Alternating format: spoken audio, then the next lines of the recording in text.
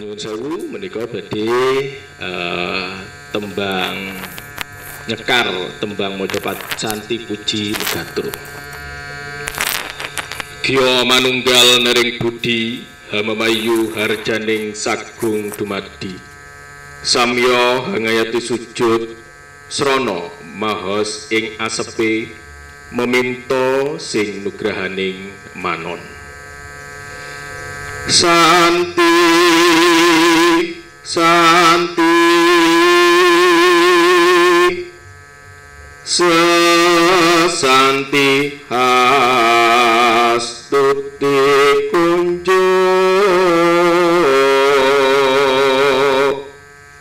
Gusti Pangran Moho suci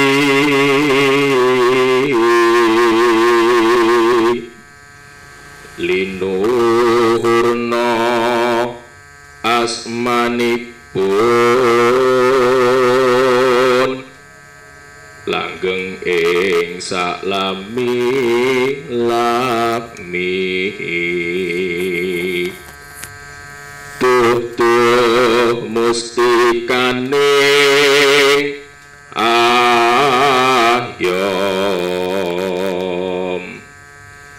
mugi angkung tinebihna ing bebendhu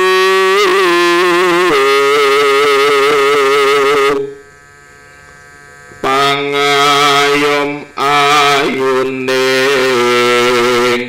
dasih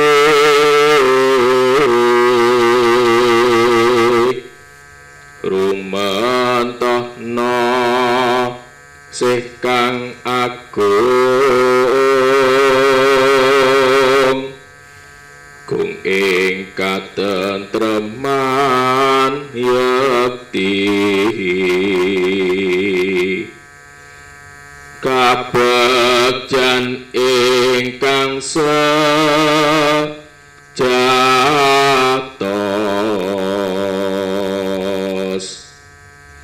Maha mulya pangungsen tentrem ing kalbu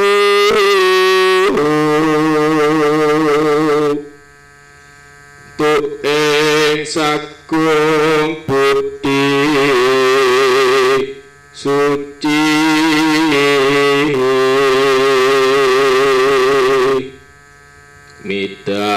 midangetna atur sujud panyuwun kawula dasih muhung agung hayam hayam matur nuwun rahayu rahayu rahayu. Assalamualaikum warahmatullahi wabarakatuh. Assalamualaikum warahmatullahi wabarakatuh. Salam sejahtera, rahayu, rahayu. Ya, sebelumnya saya ucapkan terima kasih yang sebesar-besarnya buat panitia, Mas Dedi dan teman-temannya. Terima kasih juga untuk narasumber yang mendampingi saya, Mbak Mul dari Perum. Juga terima kasih kehadiran para rekan-rekan sekalian yang sudah menyempatkan waktunya jauh-jauh ke lokasi ini di Desa Dungus, ya, Sukodono, untuk mengikuti acara jagung budaya. Santai saja, ya, jangan terlalu resmi-resmian. Jadinya jagung budaya. Yang penting kita bisa memanai, kita bisa mengambil apa intisari dari acara ini. Kebetulan saya ini didatu sama Mas Dedi ini sudah dikontak 1 bulan yang lalu. Waduh, pesennya sak ulan kepungkur. Iya, pesennya iya wis dipesen online. Ya. Juga terima kasih buat para pengurus atau jajaran wilayah Domus, ya, mungkin saya aturkan terima kasih pada Pak Lurah dan aparatnya yang telah mempersilakan untuk jagung budaya di lokasi ini. Saya didapur sama Mas Dedi ini dengan tema itu, ya, yang di slide saya itu. Nah, terus kemudian saya mencoba membuat slide. Saya nek ngomong tok gam slide itu, khawatir saya ini kabin delok nang aku ya. Sebenarnya ini untuk mengalihkan supaya tidak lihat saya. Enggak. Ini kan media aja ya, media. Soalnya zaman saya ini kekinian ini kan, wah, ben ketok sambil baca nanti saya juga menjelaskan. Dan nanti saya buka sesi tanya jawab, monggo kalau ada yang mau ditanyakan atau kurang paham, kurang jelas, atau mungkin saya menyampaikannya terlalu cepat, monggo saya silakan bertanya ya. Nah, sebab pepatah mengatakan malu bertanya. Nah, itu soro, gak mulai. Ya santai aja, itu ada hidangan yang disediakan, ada kopi, ada pisang, ada cemilan, monggo. Ya, itu gratis ya. Jadi gratis kan itu? Oh gratis ya, nggak bayar. Terima kasih juga Kang Masku, Mas Jowendi yang tadi membuka, wah luar biasa. Saya suka tembangnya ya. Oke, langsung aja. Sebenarnya masih banyak nih rekan-rekan informasi dari penting yang tadi statusnya OTW, cuman nggak tahu OTW nanti. Oke, perkenalan dulu ya. Nama saya PP Wijoyo. Kalau di Facebook biasanya PP Piknik Wijoyo. Saya tambah piknik. Soalnya saya itu orangnya suka piknik. Piknik ya. Saya mengumpulkan beberapa sumber literasi yang bisa saya angkat di slide saya ini. Oke, langsung aja. Jadi next. Nah, judulnya sudah jelas ya.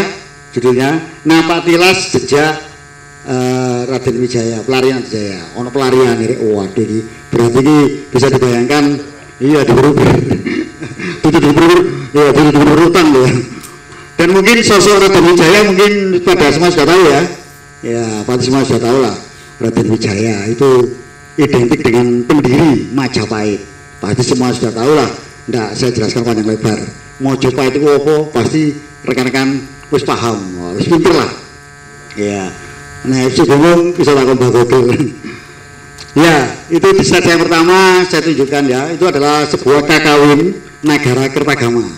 Ini satu-satunya sumber yang dibuat rujukan oleh para ahli untuk membedah sejarah Majapahit. Wah. Sebab tanpa naskah ini, saya yakin seumpama ini nggak ditemukan hingga sekarang, mungkin segelap. Sejarah Majapahit itu gelap ya.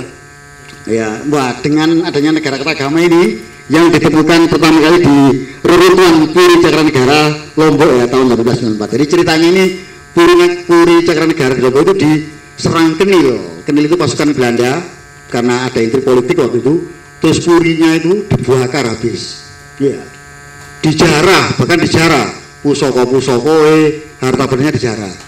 Nah, kemudian ditemukanlah naskah ini, Negara Kertagama ini. Oke, next. Oke, next, Mas. Nah, yang menemukan adalah ini, orang ini, namanya J.L.A. Brandes. Dia orang Belanda. Lu kok bisa nemu iki? Iya, karena Kenil kan Belanda.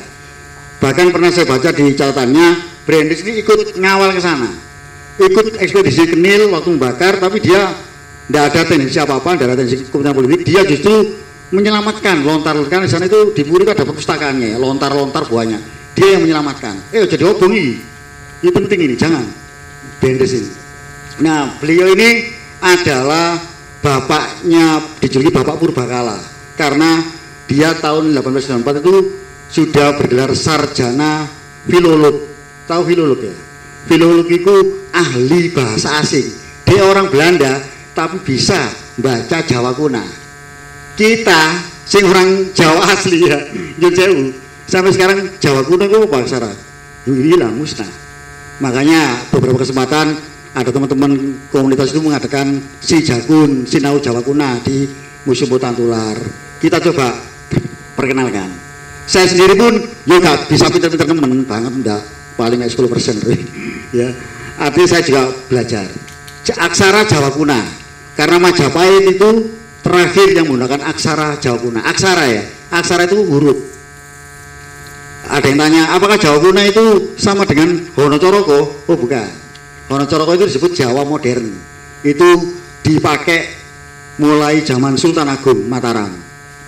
Ya, itu baru Honocoroko. Mana jangan kaget nih yang Jogja, Klaten dan sekitarnya Jalan Malioboro ini sore Honocoroko ya. Nah, itu Honocoroko, Jawa modern. Bedanya apa aksara Jawa kuno dan Jawa modern atau Honocoroko? Jelas masanya beda. Jawa kuno tadi saya sebutkan yang pakai terakhir adalah Majapahit. Setelah Majapahit runtuh secara hegemoni, Demak tampil sebagai kasutunan Islam. Demak menggunakan aksara Pegon. Tahu Pegon ya? Nah, Pegon. Aksara Pegon itu kayak ya memang Arab ya, Arab gundul. Ngarep pondok mesti pasti paham. Itu menggunakan Pegon. Itu kalau orang Malaysia, Thailand, Filipina sebagian Asia Tenggara bilang aksara Pegon itu adalah aksara Jawi. Orang Malaysia nyebutnya aksara Jawi, Pegon itu. Ya bisa di-browsing nanti.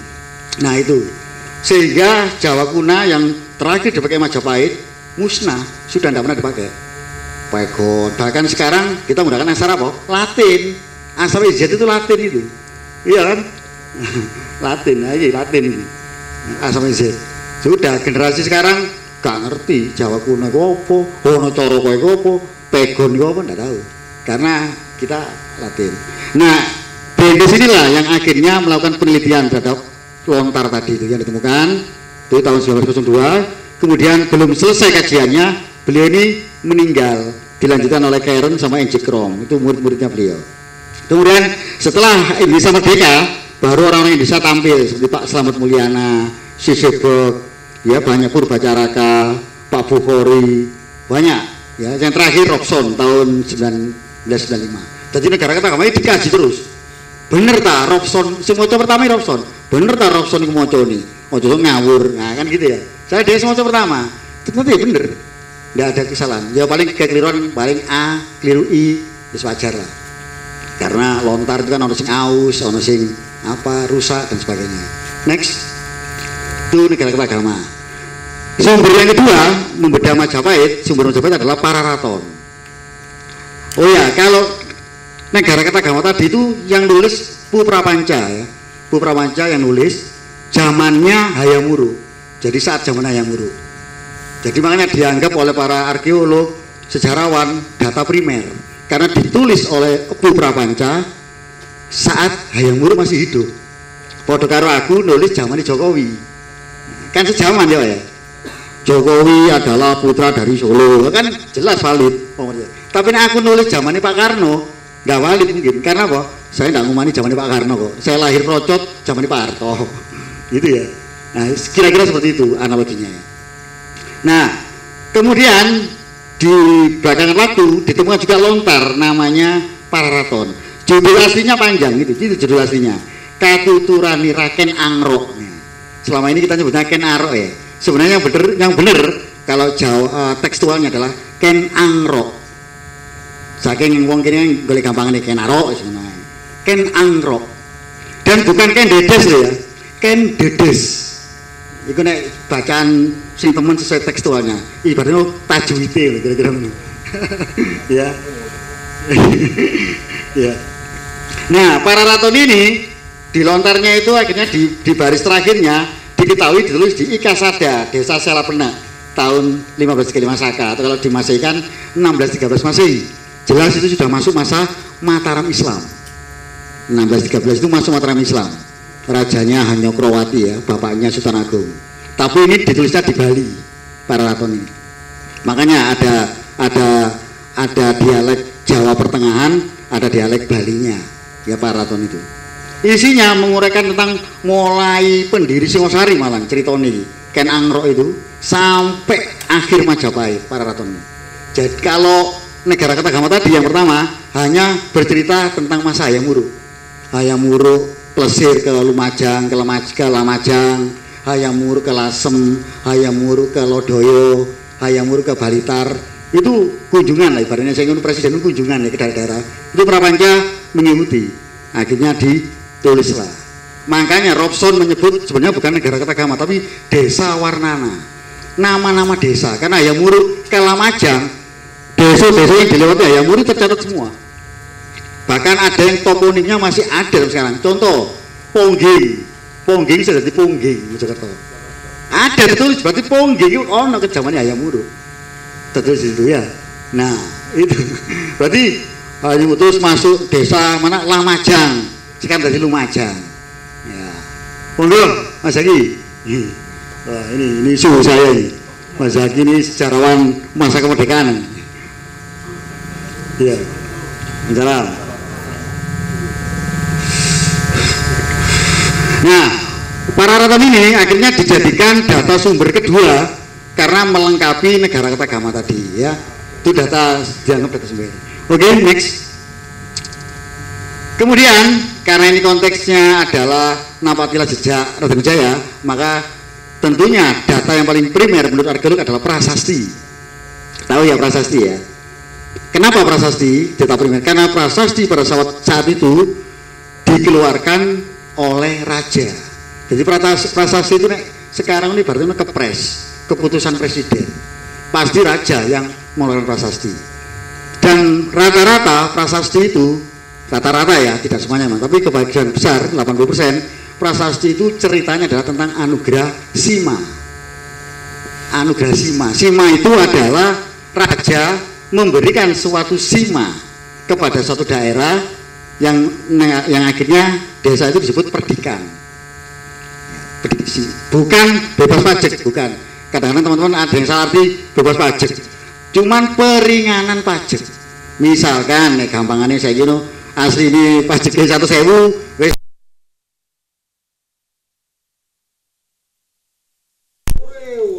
kira-kira pajak motor gak usah 1.000 piro? 10.000, terus enggak ini? Seneng. Pajak PBB gak usah 2.000, wes piro? 50.000, seneng, ya kan? Itu loh. Tapi ada sambadanya, alasannya. Jadi raja gak ujung-ujung, wes ringan mah pajak, tapi ada alasannya. Nah alasan itu macam-macam. Nah salah satunya prasasti Kudadu ini disebut juga prasasti Gunung Budak karena ditemukan di Gunung Budak. Pak Profesor Muhammad Yamin dalam bukunya beliau mengidentifikasi Gunung Budak, dipikir Gunung Budak Malang, Kawi.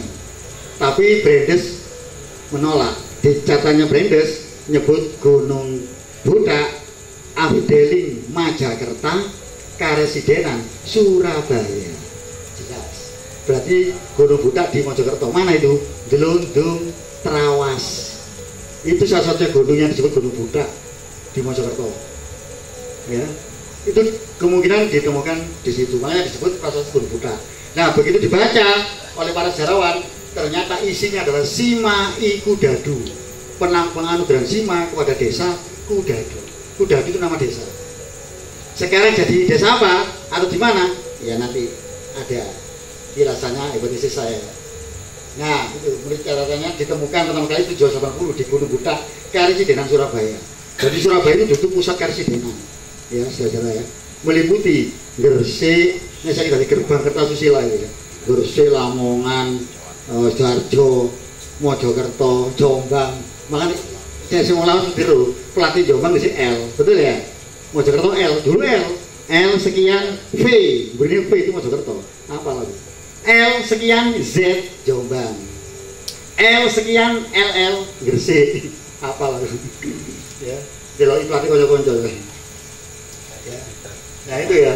Nah, Karesidenan Surabaya ditemukan sebanyak 13 lempeng, jadi berupa lempeng tembaga atau tamra prasasti. Karena prasasti itu ada dua, ya, saudara. Prasasti dari lempeng, tembaga, dan dari batu. Nah, batu. Mungkin sama ini orang-orang ngirane batu, padahal lempeng, ya. Nah, zaman Majapahit itu ngetrennya lempeng. Kalau sebelum Majapahit, masa Airlangga, ya itu batu. Makanya di Krian itu ada prasasti Kamalagian, di Jombang ada prasasti Kusambian, ada prasasti Sumbergurit, Mungut. Airlangga semua batu. Bahkan di Lamongan itu luar biasa. Lamongan itu dibuka 45 prasasti batu Airlangga. Makanya ya kira-kira teman saya penggiat Lamongan itu menjuluki Lamongan Laskar Airlangga. Padahal Persela Lamongan Saya ini main ya, kan Persibaya. Nah, julukannya Persela Laskar Joko Tingkir. Masalah Kang Yo mau dirubah. Loh ya, soalnya faktual, datanya faktanya, iya. Lamongan itu jejaknya Erlangga malah. Kalau jejak Joko Tingkir, hanya nang Pringgoboyo itu kan ada makam yang diyakini diklaim makamnya Joko Tingkir. Padahal Joko Tingkir harus ngomong makamnya Sragen, iya betul ya, Hadi Wijoyo. Sehingga sejak itu diklaim makanya Persela Laskar Joko Tingkir. Ini intermezzo saja. Nah kemudian prasasti ini ternyata tahun 1702 itu pernah ditunjukkan kepada Sri Sultan Surakarta dan Jogja. Jadi pernah ditunjukkan pada Sri Sultan kan, ya. Oke, next. Nah ini catatannya dalam Oyo Odziavat Orkonding Brandes itu saya lingkar itu Abdali Mojokerto Residen Surabaya. Jadi Gunung Butak Pak Yamin mengatakan Gunung Butak Kawi. Ternyata datanya Brandes itu lebih lama. Mungkin Pak Yamin waktu itu nggak tahu ya. Mungkin penulisnya lain. Nah ini juga Abdali Mojokerto penemuannya ya. Next. Nah, prasasti Kudadu itu sebanyak 13 lempeng, ya bla bla bla ya. Semua lempeng lengkap ternyata. Karena kudune prasasti lempengnya lengkap, itu bisa urut terbaca kronologisnya. Tapi ini ada beberapa lempeng yang hilang ternyata ya. Nah, itu dari 13 lempeng 1 dan 4 telah dibaca oleh Brandes. Nah, itu berapa? Terus akhirnya lempeng berikutnya 8 sampai 12. Ada dan sekarang nggak tahu keberadaannya, malah nggak tahu sekarang Kudadu di mana, bendawinya saya nggak tahu juga. Konon ini ya, katanya teman-teman hilang sekarang. Nah, tapi untungnya tahu diwoco. Next. Nah itu lempeng 12 telah hilang, lempeng 10, lempeng 9 telah hilang, lempeng 10, 12 dibawa mulai Mester Rau, kini tersimpan di Leiden, Belanda. Lempeng 13 hilang loh. Ini catatannya ini. Ya. Padahal Brandes baca waktu itu masih lengkap, ya. Oke, next. Nah, prasasti Kudadu ini menarik. Kenapa? Karena prasasti Kudadu ini isinya tadi saya sudah sebutkan penganugerahan Sima Desa Kudadu, alasannya sambadanya. Kenapa kok Raden Wijaya itu memberikan Sima kepada Kudadu? Ternyata di sini dijelaskan di prasastinya karena Raja atau Raden Wijaya pada saat jadi raja itu ya, Raden Wijaya itu nama lengkapnya itu Nararya Sanggrama Wijaya. Ketika dinobatkan jadi raja, gelarnya Sri Kertarajasa Jayawardana. Itu gelar penobatannya. Nama lengkapnya Nararya Sanggrama Wijaya. Para raton bahasa singkatnya Dia Wijaya. Dia itu Radian atau Raden. Akhirnya bahasa yang tersampaikan sekarang Raden Wijaya. Nek Wijaya banyak, nama Raja Majapahit itu banyak mengandung unsur Wijaya banyak. Saya aja jenengku Wijaya, dan Jawa Wijaya ya. Wijaya, Jaya itu kan kemenangan, ya makmur, Joyo. Bahkan jenenge titik akeh sing Joyo, iki karo PT Podo Joyo. Sukses Joyo dan lain-lain. Nah itu diterbitkan oleh Raden Wijaya pada tahun Saka 1216. Kalau dimasaikan masa perbulanannya tiba dino Agustus sampai September, antara Agustus September tahun Masehinya 1294, tepat di saat Raden Wijaya baru jadi raja. Jadi ketika dia jadi raja langsung mengeluarkan prasasti Kudadu. Kenapa? Karena beliau Raden Wijaya ingat bahwa dia telah ditolong oleh masyarakat Kudadu yang diwakili oleh lurahnya Rahmah Wanua Kudadu atau disebut Ki Lurah Kudadu. Diselamatkan. Ngono adegane, kayak sinetron itu. Lho ya, Raden Wijaya ku lebih wis diburu-buru pasukane Jaya Katwang melas, akhirnya dengan sebagian pasukannya karek wong rolas diterima oleh satu desa, dipekei mangan, ngombe, rokok, kopi, kira-kira ngono ya. Iya. Nah, ya, nanti terus.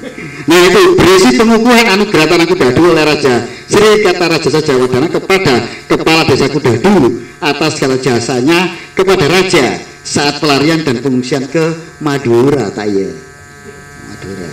Loh kok iso Raden Wijaya Madura? Nanti kita lihat kronologisnya. Next. Ya. Nah, liwatin di bulat tol, bulat ini ada nanti ya. Nah, itu yang sebagai itu saya tampilkan itu arca ya, arca perwujudan Raden Wijaya. Ditemukan pertama kali di reruntuhan Candi Simping atau Candi Sumberjati, Kecamatan Kademangan, Blitar. Mungkin yang rumahnya Blitar pasti tahu. Ya. Candinya itu sebelah kanan itu candinya runtuh ya, tinggal fondasi. Ya, Raden Saleh. Ya, konon arca ini dulu di dalam bilik candi, tapi akhirnya bisa dikeluarkan dari mana arca ini?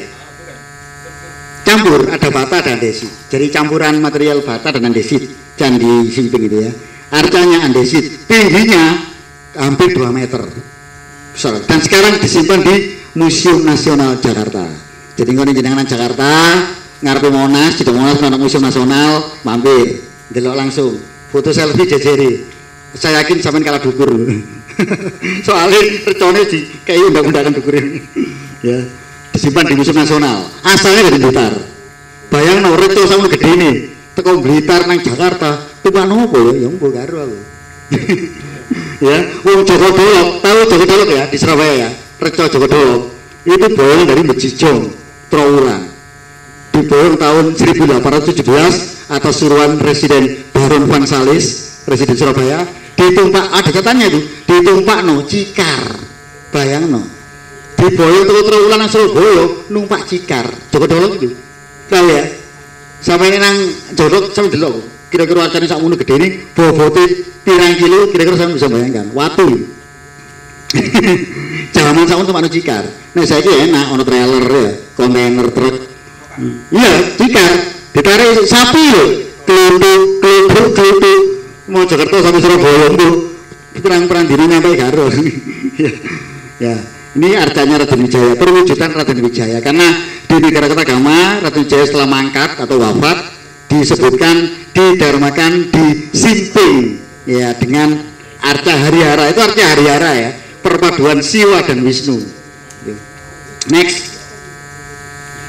Nah, di dalam Kudadu itu juga disebutkan para pejabat-pejabatnya Raden Wijaya. Jadi ketika Raden Wijaya naik tahta jadi raja, itu pejabat-pejabat itu, Rakrian Menteri, Hino Sopo, bla bla bla bla bla ya. Silakan dibaca sendiri. Itu pejabat itu Pak, pejabat negara. Kira-kira saya kira, ya itu mantri saya jadi menteri loh. Nah, zaman sekarang menteri, kan saya kan kabinet kok Jokowi kan menteri koperasi, menteri kesehatan, menteri pertahanan. Wah itu menteri ya, mantri jadi menteri. Tapi nang desa mantri jadi tukang suntik. Betul. Ya, nah itu Rakrian Mantri Hino Halu bla itu ya. Sampai pamegat. Saya pernah tanya ahli Jawa kuno namanya Pak Gunawan Asambodo. Bagun, pamegat itu artinya apa? Katanya Bagun simpel. Pamegat itu sekarang jadi pegat. Tapi konotasinya kita nyebut pegat sekarang identik dengan cerai. Betul kan? Oh pegatan karo bojone, oh pegat, cerai. Padahal Jawa kuno waktu itu pamegat itu artinya tukang memutuskan. Memang bener kata-kata putus ya, tapi beda konteks. Tukang memutuskan itu ya. Jadi pejabat pamegat Tirwan itu semacam jaksa yang tukang memutuskan. Jadi tukang pegat ya. Nah, tapi benar kata pamegat itu bergeser jadi pegat. Tapi konotasinya saya pegat identik dengan cerai, betul ya? Leres ya? Nah, ya itulah karena terjadi distorsi bahasa ya. Ini para pejabatnya, sampai yang bawah itu Dharma Daksa Kasaiwan, itu adalah Menteri Urusan Agama, Kasaiwan Siwa, Hindu. Kalau yang bawah, paling bawah itu Dharma Daksa Kasogatan, itu Menteri Urusan Buddha. Itu zamannya Raden Wijaya. Zamannya Hayam Wuruk malah lengkap, ada 3, Dharma Daksa Kasaiwan, Dharma Daksa Kasogatan, Dharma Daksa Karsian. Mungkin ini bukan saya, zamannya Hayam Wuruk Islam sudah masuk di ibu kota Jawa. Karena nggak bisa menyebutkan secara kontekstual pemuka agama, kurang kata-kata ustadz loh, jangan ya, makanya dimasukkan Karsian, resi. Jadi resi Brahmana itu identik sama dengan ya kiai. Akhirnya pada zaman Mataraman muncullah kata kiai. Ya, pegoni ya himi, kiai. Jadi tadi kiai. Dan kiai tidak hanya merujuk misalnya orang Islam waktu itu, pendeta Kristen juga disebut kiai. Jadi kan kalau lihat GKJW Mojowarno ya, itu ada gereja Jawetan itu romonya itu disebut kiai. Di Mataram keris disebut kiai, betul ya? Nah senjatanya itu kiai itu tombak itu ya. Jadi artinya itu gelar untuk menghormati sesuatu ya. Next. Nah, sekarang uraian Prabu Kudadu. Kudadu itu kok ya apa sih kok sampai menceritakan kisah pelariannya Wijaya. Nah, oke, next.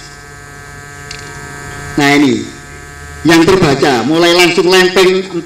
Sebenarnya ada lempeng 1 tapi nggak usah saya tampilkan. Lempeng 1 itu kayak semacam pendahuluan ya. Tapi intinya di sini mulai lempeng 4. Jadi ada lempeng 4A, ada lempeng 4B. Apa bedanya 4A sampai 4B? Biasanya prasasti itu wala-wali. Gini aja ya. Nah, ngarep buri. Itu di versi kode lempeng 4A, wali berarti B. Kayak kaset itu, sit A, sit B, betul ya. Nah. Lempeng 4A itu menceritakan bahwa Baginda, yaitu Ratu Jaya, dan Ardaraja itu anaknya Jaikatuang ya. Sama-sama menantunya Kertanegara. Waktu itu zamannya Singosari. Jadi Ratu Jaya dan Ardaraja itu meninggalkan Tumapel karena waktu itu ada apa ya? Telik Sandi melaporkan di Mameling itu ada ontra-ontra, orang dibunuhi, pokoknya keributan lah. Nah, langsung turun karena Ratu Wijaya dan Ardaraja ini kan pejabat juga di Singosari ya, mantu juga senopati perang. Berangkatlah dari Singosari ke Mameling. Mameling itu kira-kira sekarang jadi Lawang gitu ya. Lawang, tahu Lawang ya? Nah, saat ini Bu Malang kan ada Lawang. Ya, Mameling. Bahkan sampai sekarang masih ada desa Mameling, ada Malang. Dekatnya Bejali ya. Nah, akhirnya meninggalkan Tumapel sampai ke Pedukuhan Kedung Perlu. Wah, jadi mulai ke Mameling itu semakin ke utara sampai ke Kedung Perlu. Nah, Kedung Perlu ini masih belum bisa diinterpretasi daerah mana. Cuma di Sidoarjo ada Kedung Perlu memang. Tapi posisinya tambah semakin timur ya. Ini kayaknya Kedung Perlu yang arah agak tengah. Nah, cuman belum bisa diindikasi mana itu dulu. Terus Sri Baginda mula-mula bertemu dengan musuh. Pasukannya Sri Baginda perang, musuh kalah. Awalnya menang Raden Wijaya ini sama Ardaraja itu. Wah, dan kalau loro lagi bawa pasukan. Nah, loro jenak, waduh, sakti. Jadi zaman dulu tuh istilahnya iya, bawa pasukan ya. Terus sesudah itu Raden Wijaya menuju ke lembah. Nah, lembah ini nama yang disebut dalam Kudadu. Cuman belum bisa saya identifikasi mana itu juga lembah ya. Di sana nggak ada musuh. Kemudian menuju ke arah barat, berarti ngulon. Dari lembah itu ngulon menuju Batang. Nama tempat. Gue saya ingat apa itu Batang, saya tidak tahu. Terus Baginda bertemu dengan lagi di musuh. Beliau menarik diri mundur dengan tidak bertempur. Jadi pas dari mundur pasukannya maju. Kira-kira ngono ya. Terus setelah melewati Batang, Sri Baginda Raden Wijaya itu sampai di Kapulungan. Nah, Kapulungan itu ada sekarang Gempol Kapulungan ya. Sebelum Pandaan pada nama Kapulungan ya. Apulu atau sekitar Apulu. Dan itu jejak kunonya banyak di sana di Kapulungan ya. Di sana Baginda bertemu musuh sehingga pasukan Baginda bertempur di sebelah barat Kapulungan, di lore Kapulungan. Bertempur, perang gede dan musuh dapat dikalahkan. Nah, menang Raden Wijaya. Oh, sakti lakoni kali. Nah, lakon debatnya ini ya buya ceritanya. Ke sinetron yang udah lakon. Dan skip. Enggak, skip. Nah, itu. Nah. Oke, next. Nah, ini situs kekunoan yang ada di Kapulungan yang saya dokumentasi. Ada 2 buah lingga patok itu di sebuah makam dan Arta Ganesha. Nah, itu abekan modelnya ya, abekan. Nah, itu yang kalian tuh nemu batu yoni besar itu. Ya, di tengah makam Kapulungan. Itu di tengah makam itu kuburan tuh ya. Waktu iya, jelas yoni itu pasti bersifat siwaistis, ya, pemujaan siwa. Ya, itu salah satunya di Kapulungan. Makanya Kapulungan itu desa kuno. Makanya ada bukti fisik arkeologisnya ada ini. Next. Nah, juga di Punden, salah satu desa di Kapulungan itu juga ada punden yang wah luar biasa itu, batu andesitnya itu. Pasti candi besar itu. Ya, cuman saya runtuh, saya tidak di punden. Nah, ya, abekan modelnya, delok watune ae kaya wongnya ya. Ya itu luar biasa ini. Iya, dan ini di tengah makam ini, kan jadi makam. Jadi di sekitar makam itu juga banyak botol lawas, batu ukuran besar, batu andesit kotak-kotak. Ya mungkin dari serakan ini, reruntuhan candi ini. Ya, next. Nah, itu tadi berkisar Kapulungan. Terus lempeng 4B menceritakan pasukannya Sri Baginda Raden Jaya maju lagi hingga sampai Rabut Carat. Nah, Rabut Carat itu mana? Ada yang tahu? Sudah pernah ke situs Raos Pacinan? Japanan? Tidak lama kemudian datanglah musuh dari barat. Jadi ketika jadi kalau sekarang ya pertigaan Japanan tahu ya. Kalau dari sini ada pertigaan Japanan, nganan oleh arah Ngoro, arah Watu Kose tahu ya. Nah, disitulah ya nanggo pertigaan itu nek ado nganan ono gang Inul ngono, omah Inul. Nah, kira-kira di baratnya rumahnya Inul itu ada situs Raos Pacinan yang dekat dengan Kali Porong. Nah, itu. Sri Baginda berperang dengan segala tenaga dengan pasukannya ya. Raden Wijaya perang sama pasukannya, musuh lari sampai Merdekalan, menang mana Raden Wijaya. Tapi dalam keadaan demikian tiba-tiba terlihatlah musuh dari sebelah timur Haniru. Jadi do baratnya ini Carat ibaratnya, ini Carat ya, Rabut Carat, Raja sini. Nah, Haniru di sini, timurnya di sini kira-kira. Itu terlihat pasukan ribuan dengan umbul-umbul bendera, warnanya merah dan putih. Wah, ini merah putih berarti ya. Bisa berngono loh. Siapa itu? Pasukannya siapa itu? Serentak melihat umbul itu Arda Raja. Nah, Arda Raja yang dampingi Raden Jaya kaget. Ikulah pasukannya bapakku, Jakatwang. Akhirnya apa itu? Arda Raja menyarungkan senjatanya. Ceret, berlaku yang sangat memalukan dan lari ke arah Kapulungan menghampiri tadi itu pasukan itu Mas Jahat. Mas Jahat itu dia ninggalno Wijaya. Wijaya tinggalno. Makanya di Paraton ada adegan Raden Jaya itu apa ya? Ngelokno, bahasa gampangnya ngelokno Arda Raja. Arda Raja, kon jangan pengecut. Kon gabung nang pasukan bapakmu kon. Ya iki sik tak perangi pasukan bapakmu. Ya karena anak dilepasin bapak ya gabung deh. Podo-podo mantune lho iki ya. Awas jadi ada adegan seperti itu, Mang.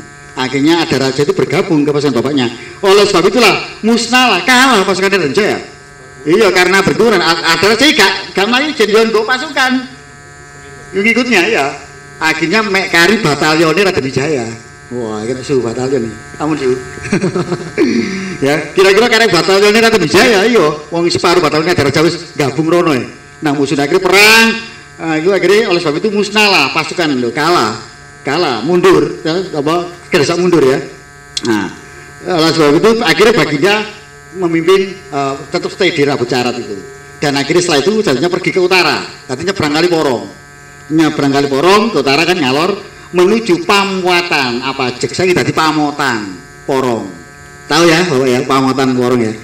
Nah, itu di sebelah utara sungai. Sungai itu apa ya? Sungai Porong itu. Jadi Raden Jaya nyebrang Sungai Porong sampai di Pamotan apa cek next.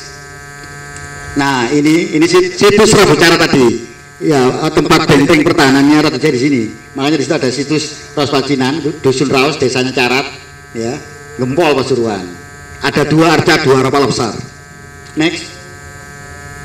Nah, di Pamotannya Porong, ikut kecamatan Porong ya, itu ada beberapa arkeologis kekunuan ya, ada Candi Pamotan, ada Leman Dhuwur, ada itu saya nemukan Linggo itu ya di sebuah makam di Pamotan.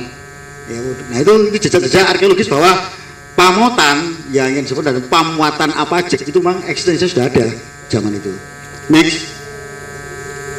Terus di Porong juga ada Candi Pari, ada Candi Sumur. Itu candi-candi yang peninggalan Majapahit ya masa itu. Oke, next.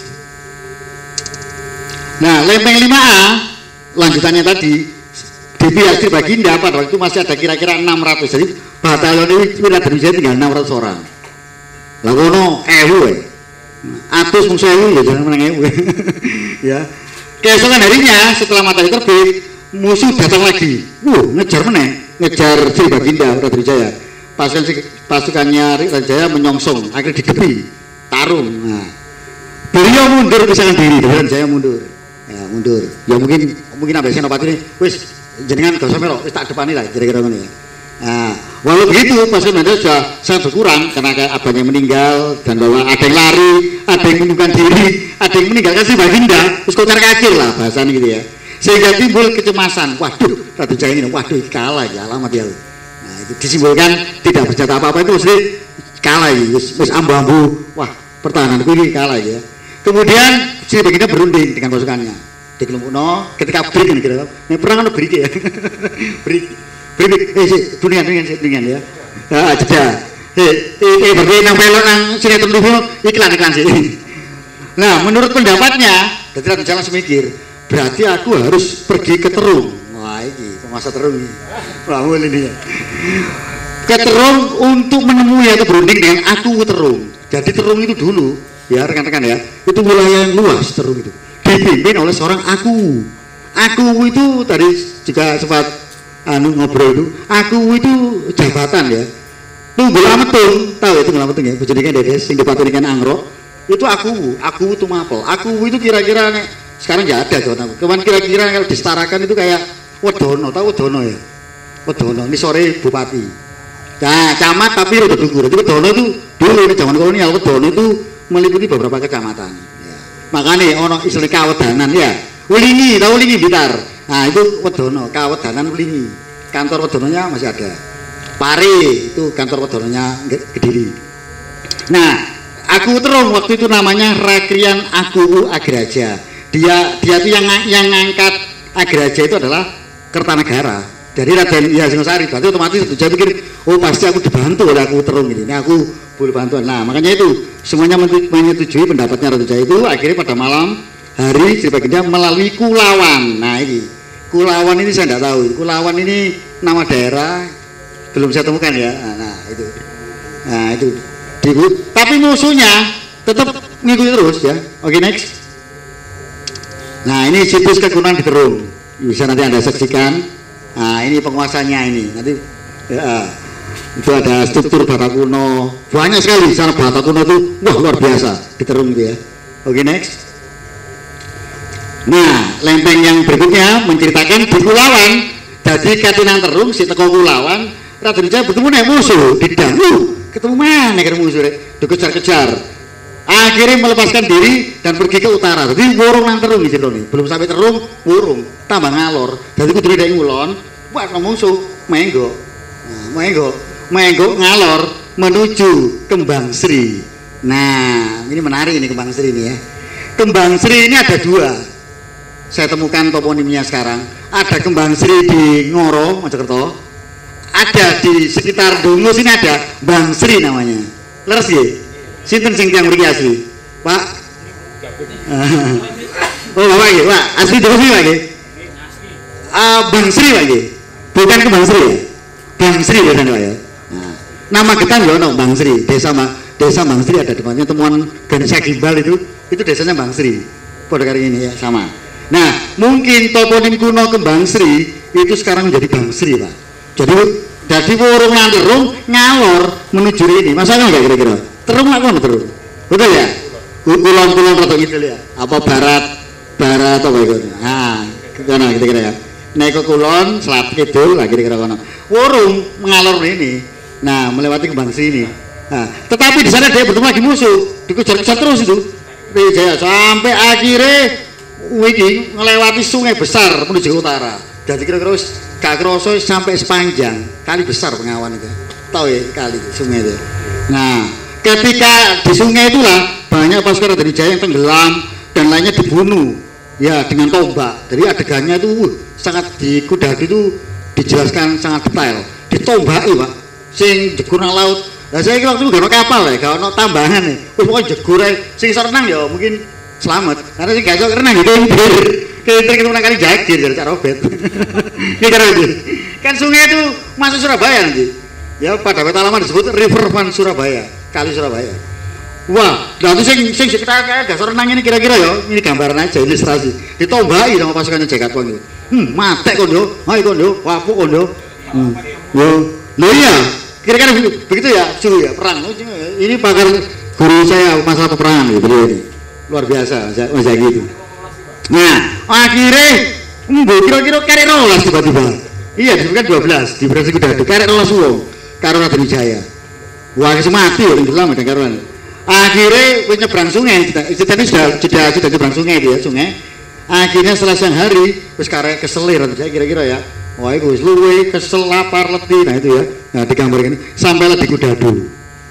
Wah, jis kaya wong kalah perang ngono kira-kira ya. Mulai gue gembolan ini gitu. Wis akhirnya ternyata sampai Kudadu Raden Wijaya itu luar biasa disambut oleh rakyat Kudadu, disambut. Nah, next adegan selanjutnya.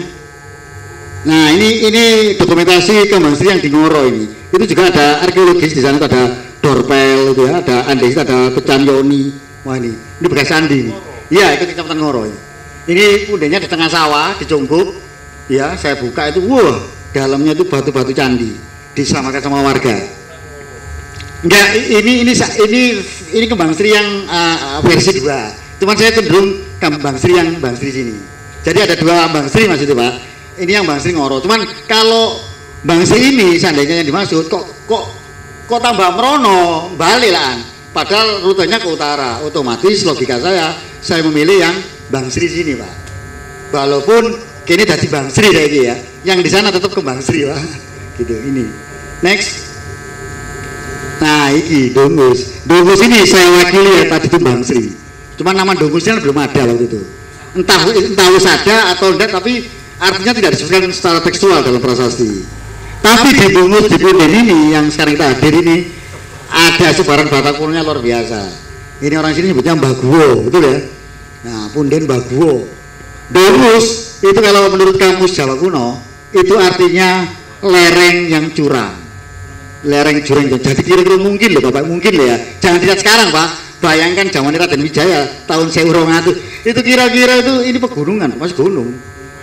Wah, gunung ini ada sebutan. Jadi mungkin ya gunung. Nah, mungkin ono pas dataran sing pas desa Ndungu saya kira-kira mungkin pas perengan jurang ini kira-kira. Makanya akhirnya disebutlah masyarakat nanti Dongus. Ya, gitu ya. Tapi artinya memang seperti itu. Benar tidaknya ya saya kurang tahu juga. Tapi luar biasa di Dongus ini. Nah itu pendopo nih yang kita sekarang hadir ya, ada makam itu Batak kunonya luar biasa itu di bawah pohon.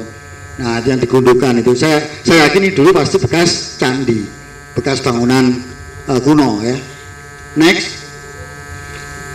Nah akhirnya Kudadu tadi karena rutenya Wijaya sudah menyerbangi sungai makin ke utara, saya menduga ini dugaan saya ya, bisa salah bisa benar. Jadi saya menduga Kudadu itu sekarang jadi Kedurus. Karena di Kedurus itu ada Punden Buyut Canting, orang sana nyebutnya Sumur Boto, itu dari sumur yang dari Batak itu kuno. Dan di sana ada tulisan menarik, cikal bakal dari tahunnya 1292. Di tahun itu mirip kejadiannya Wijaya tadi di Uber-Uber. Saya waktu itu tidak ditemui juru kuncinya, karena juru kuncinya barusan meninggal waktu itu, tinggal istrinya atau apa perempuan itu bercerita. Jadi Mas dulu Punden, sekarang Pundennya dicungkup Pak, kecil, jadi kampung rapat gitu.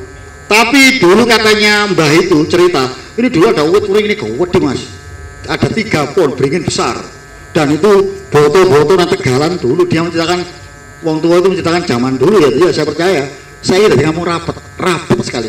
Itu lokasi. Jadi Punden ini dicepit karo omah kampung sekarang. Ya, dan ini tapi Pundennya masih diabadikan, dilestarikan untuk acara ruah desa, sedekah bumi ya sama dengan di Dongus. Ya, ini Pundennya bisa Anda datangi nanti. Jadi saya juga Kudadu tadi ya di Kedurus ini. Oke, next. Nah, lempeng 6A baru akhirnya menceritakan bahwa Sri Baginda Sunggula besar ini ya, ketika sampai di Kudadu dia itu sangat apa ya, melihat antusias lurahnya, rakyatnya itu begitu menerima dengan ramah itu sampai kira-kira bahasa saya gimana terenyuh kira-kira Wijaya. Ternyata masih ada orang yang baik dan menerima saya ini. Akhirnya diberi makanan, dikasih minuman, bahkan diberi tempat persembunyian. Mungkin Raden sembunyian aku nek aja nang kene engko ketok pasukan sampeyan kudu dicekel kono rodolan jero kono kira-kira ngono ya, kira-kira seperti itu. Digaeno semacam tempat persembunyian. Nah itu akhirnya berceritalah si Raden Wijaya pada Ki Lurah Kudadu. Jadi begini Pak Lurah, saya ini bla bla bla tadi itu dikejar-kejar perang akhirnya ngono jadi Pak Lurah. Terus Raden ndak kemana? Kira-kira ini purut ya bahasanya ya. Terus Raden mau kemana? Katanya Ki Lurah, saya mau ke Madura. Karena saya tadi tidak keterung, gagal. Sekarang tujuan saya mau ke Madura. Saya mau minta perlindungan Arya Wiraraja. Karena Raden Wijaya sudah kenal dengan Arya Wiraraja. Arya Wiraraja ini adalah mantan pejabatnya Singosari ketika zamannya Wisnuwardana, bapaknya Kertanegara. Tapi ketika zamannya Kertanegara tidak cocok, akhirnya dia dideportasi. Berarti diberi kedudukan di Sumenep gitu ya. Jadi Raden Wijaya ngomong ke Lurah Kedadu, saya mau ke Madura. Kira-kira menurut Pak Lurah lewat mana? Karena Raden Wijaya kan karo rute waktu itu ya. Pak Lurah mikir, iya lewat ndi enak ya. Tak lewat notol, ya berarti guyonan dia. Nah akhirnya Pak Lurahnya Kedadu itu menyarankan lewat Rembang aja. Nah Rembang muncul dari nama Rembang. Nah ini bukan Rembang Jawa Tengah loh. Di Jawa Tengah ada Rembang, di Pasuruan ada Rembang, makanya di sana ada Pir, saingannya Sir nekoro Pir. Pasuruan Industri Estate Rembang kalau nggak salah ya. Kalau nggak salah itu kepanjangannya Rembang. Ternyata saya kira Profesor Samad Mulyana mengiranya Rembang. Lah iki lho posisine wis nang ngene Keduru Surabaya. Mosok kate bawalna Rembang Pasuruan. Gak mungkin. Berarti Rembang ini di mana? Nah ini akhirnya ini diantar oleh lurah itu ke Rembang. Next. Nah ternyata Rembang akhirnya saya terjawab. Rembang itu sekarang jadi Karembangan gitu. Kerembangan. Jadi kata dasarnya Rembang ditambahi K dan akhiran an. Karembangan. Nah baru saya ini disingkat Kerembangan. Makanya di sana ada makam Buyut Rembang. Kenapa enggak Buyut Kerembangan aja? Saya kaget ini. Waduh makam Buyut Rembang gitu di Kerembangan iya. Ini di kampung Kerembangan. Sampingnya ada masjid. Terus saya menginterview orang sepuh di sana. Pak, bener namanya Buyut Rembang? Iya mas, betul. Loh, berarti namanya Kerembangan ini dulu Rembang pak? Oh iya, dulu orang-orang tua-tua mas nyebut ini Rembang. Langsung saya, wah ini yang dilewati Raden Wijaya lewat Rembang. Nah, mau ke Madura. Kita lihat, oke next. Nah, kita lihat peta alamat di Surabaya. Ya, mohon maaf ya, menuntut kabel ini. Ya, saya tunjukkan sebentar ya. Tak tuding ya. Ini peta Surabaya tahun 1778. Petanya dibuat oleh Spilman ketika menghadang perlawanan Trunojoyo ini ceritanya ini. Tapi peta ini kalau konteks di sini nggak ada hubungan Trunojoyo ya. Saya hubungkan dengan masa Majapahit. Jadi ini Surabaya yang disebut Surabaya itu sebenarnya ini sekitar Tugu Pahlawan. Ini Surabaya. Di Prasasti Canggu masa Hayam Wuruk itu jelas Surabaya disebutkan Naditira Pradesa Astataning Anambangi. Jadi desa yang berjasa atas penambangan. Surabaya. Tapi sebelum menyebut Surabaya, nama yang disebut dulu adalah Bekul. Bekul itu dari Bungkul. Itu Prasasti Canggu masa yang Wuruk nyebut jadi desa. Jadi dulu Bungkul itu desa pak. Surabaya ya desa. Dua desa yang berbeda. Gitu loh. Itu ilustrasinya itu. Jangan dibayangkan kayak Surabaya saiki ya. Nah Bungkul itu desa. Karena sebutlah sebelum Bungkul nyebut Gesang. Gesang itu tahu Pagesangan. Jadi I Gesang dulu, I Bekul, I Surabaya, Muah Prakaraning, Astataning Anambangi. Itu bahasa Jawa kunanya.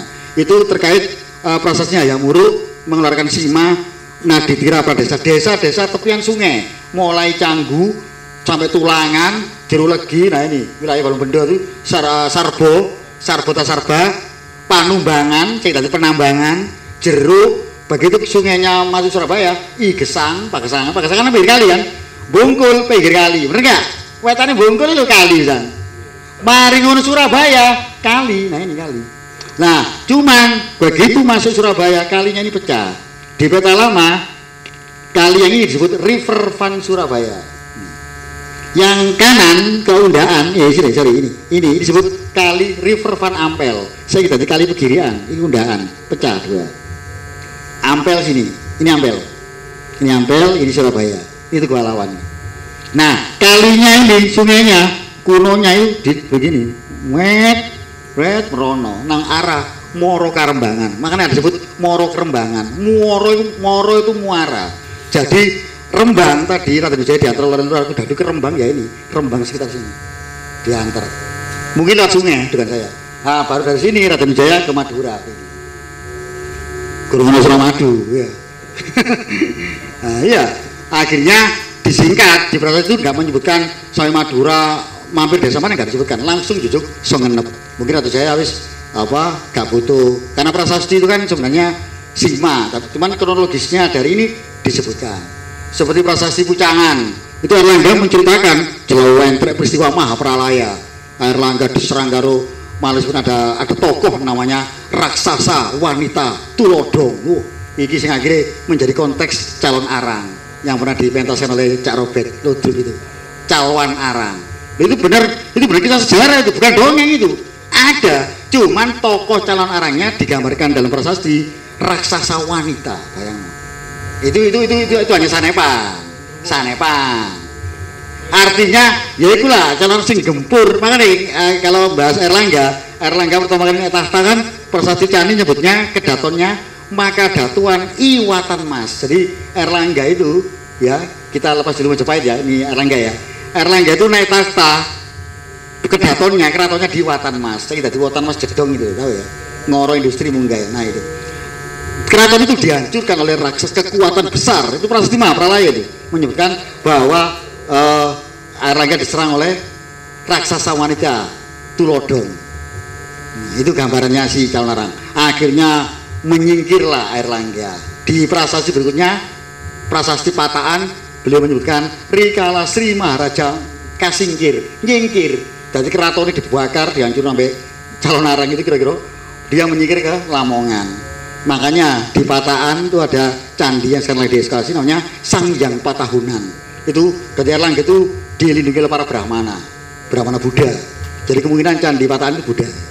Nah itu masa Airlangga. Nah kembali ke Majapahit, Raden Wijaya. Jadi Rembang yang dimaksud itu mewakili sekarang Kerembangan. Itu sekarang jadi Murukraman. Nah kali ini akhirnya pada zaman Belanda diluruskan Bapak. Nah jenengan mari CMP. Nah makanya ono toponim Kali Soso. Bener enggak? Kali Soso itu dari kata kali sasak, kali disasak, dibuntu. Jadi dibuntu, dilurus karo Londo. Lurus kan kan? Ono jembatan petean dan seterusnya. Itu proyeknya Belanda masa akhir zaman masa Daendels masa itu. Tapi proyek panjang. Jadi kali ini lurus. Akhirnya disebut Kali Maas. Tulisannya double A. Kali Maas, orang Surabaya nyebutnya Kali Mas. Sajane iku bahasa Londo. Sing bener ya Kali Surabaya. Mulai Gunung Sari ini kalau petanya lengkap ya, Gunung Sari sampai lebu Surabaya itu tentunya river van Surabaya, Kali Surabaya. Makanya sajane ya jangan mau nyebut Kali Mas. Tapi fakta sejarah memang seperti itu, gak apa-apa Kali Mas. Gitu loh ya. Orang Surabaya pasti mengenal. Lah iya dipikir ngomong Kali Mas itu Maas. Itu nama arsiteknya kalau nggak salah ya Mas Jeki ya. Nama orang Belandanya Maas. Double A namanya. Tapi nyebutnya Mas, gak Maas, Mas. Itu loh ya. Akhirnya disebut Kali Mas. Nah ini yang ini tuh gede nih kali undaan ini begini loh gede lebar ya. Wah, saya iki dari cilik kok got tuh sampai lewat undaan tapi nih lah kok got, iku saya iki. Nek dulu ya lebar ini sungainya. Namanya sungai kuno itu kan gak harus lurus loh, gede. Ini aja lihat. Ketika enten-enten kata laut, loh ono gendong, ono pulau. Saya teringat dengan catatannya Mahuan ketika datang. Mahuan ini juru tulisnya Cheng Ho. Ketika dia mau ke Majapahit, dia dari laut masuk ke pedalaman sungai, dia melihat ada pulau ada kera monyet. Di Wonokromo itu ada toponim Pulau Wonokromo, tahu ya? Pulau itu nek teko Damkara itu yang sekarang lebarnya sama karena sudah dirapikan. Dulu kali ini lebar kecil, gendong gede itu, gendong akhirnya daratan. Makanya masyarakat sebutnya pulau. Saya ini ya wes dari kampung. Terus pulau mana itu dekatnya bypass ya. Nah, aku lihat ada toponim pulau. Pokoknya jenengan kalau melihat toponim pulau itu pasti dekat sungai. Pasti ya. Pulau Lancing di Kali Porong. Jenengan kalau cangkruk di jembatan Porong sama lihat di tengah-tengah Kali Porong kan daratan gitu ya. Ono tandur gedang-gedang karo wong-wong kadang. Nek musim ersat. Nah, itu ya. Jadi itu teknologi atau secara geografisnya sungai-sungai kuno. Nah ini. Nah Surabaya itu di sini Tugu Pahlawan. Nah ini ada keterangan nomor-nomornya. Ini peta Spillman. Yang menarik ini nomor 7 ini. Nah ini Jalan Sulung. Kalau sekarang jadi Jalan Sulung. Ya. Jalan Sulung ini saya tadi gubernuran. Ini Tugu Pahlawan. Nah nomor 7 ini keterangannya Spillman menulis itu ada bangunan Prahmataram dalam kurung Majapahit. Apa ya kira-kira candi ini? Nah Surabaya ya. Itu catatannya Spillman. Apa? Sekarang jadi Jalan Sulung tadi gedung-gedung ya dari bangunan rumah. Ini 8 ini Paseban, Balai Paseban. Jadi pusat keraton Surabaya ya ini gubernuran itu. Kapan terakhir hancur? Jaya Puspita. Nah ini makanya saya pakai kaosnya Mas Dedi ini karena ini perang keraton Surabaya. Ini perangnya Jaya Puspita. Jadi Jaya Puspita itu luar biasa.